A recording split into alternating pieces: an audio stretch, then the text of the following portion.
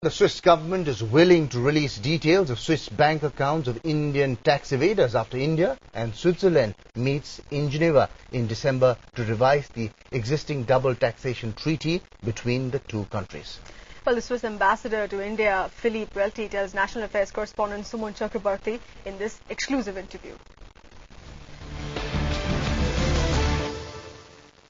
What the Indian side can expect is that once we, Indian government, Swiss government, have agreed on a specific, possibly change of the existing treaty, that Switzerland will implement that treaty in the spirit and by the letter of what has been decided upon. Let's put it more precisely. Then the Indian government is entitled to submit requests for that purpose.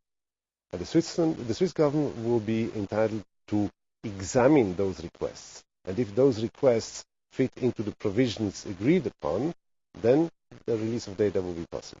Switzerland will completely live up to the legitimate expectations out of the treaty. The existing treaty allows already for release of data. In the future, the treaty will be possibly adapted, revised, and then we will live up to the new obligations of the Swiss side to release data. Of course we will release data. We understand that this is the Indian government's concern, possibly also Indian society's concern. The Swiss government's and Swiss society's concern is to make understand the world that Switzerland and the banks and the system and the government is not interested in keeping illegitimate, illegal money. I think that must be a fundamental assumption on both sides. If we agree to have negotiations, it is the expression of a fundamental readiness to address concerns.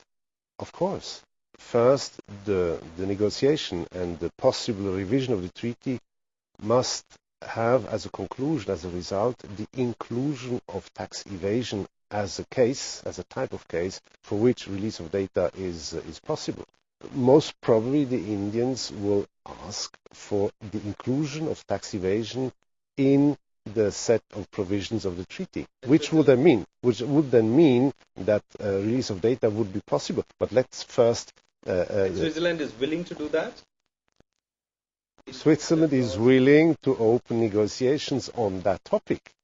They may well agree after the negotiations to include that. First, the figures I could read in the papers and here in the Indian media are fantasy. I mean, this doesn't make sense with any comparison.